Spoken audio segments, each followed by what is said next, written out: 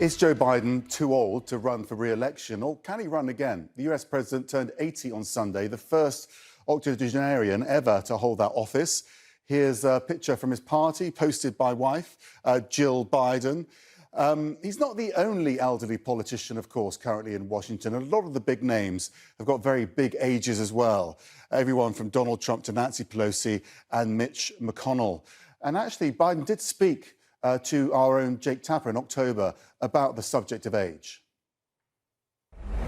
What's your message to Democrats who like you, who like what you've done, but are concerned about your age and the demands of the job? Well, they're concerned about whether or not I can get anything done. Look what I've gotten done.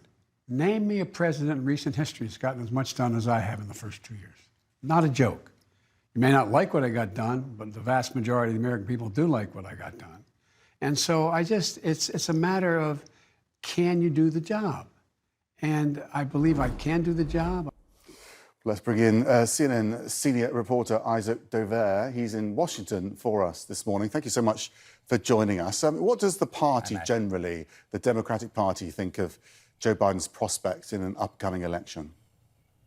Well, they have started to warm more and more to him. It's hard for Democrats not to look at the results of these midterm elections 2 weeks ago and be too scared about where things are. And what Joe Biden says about them is, look, we put an agenda forward for the American people. We tried to get it through. A lot of it did get through, and the voters responded well to it. That's a reason to be proud of what we did and to think that it'll work well for the future for him and for the Democratic Party. A lot of Democrats, though, look at this and say, hey, that's very good, but we're still a little uneasy about the generational question here. And also look at the political considerations and tell me, they're very pleased to see, out of spite, essentially, that Donald Trump is not getting a warm reception from Republicans with his new presidential campaign announced. But they're worried about what might happen if another Republican goes up against Joe Biden. So how much is age an actual part of this conversation? Because 80 does feel very old, doesn't it? Particularly for younger voters. And we talked about how a lot of the politicians right now are very old, aren't they, for politicians? And do young people connect with them? Well, it's a question that comes up all the time in focus groups and private polling that's done by Democrats, not only Joe Biden's age, but concerns whether he's up to the job, those things that you heard him addressing in that interview with Jake Tapper. But a lot of younger voters turned out for Democrats in these midterm elections, and one of them is a guy named Maxwell Frost. He's an incoming member of the House of Representatives from Florida.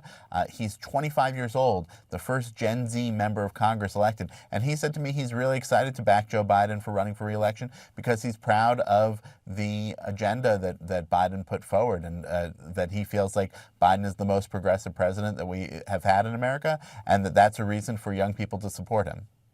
Where are the younger politicians? Are they there in the Democrat Party, for example? They're there. They just have not been in leadership positions so far. But you did have Nancy Pelosi, who you had on screen there a few moments ago.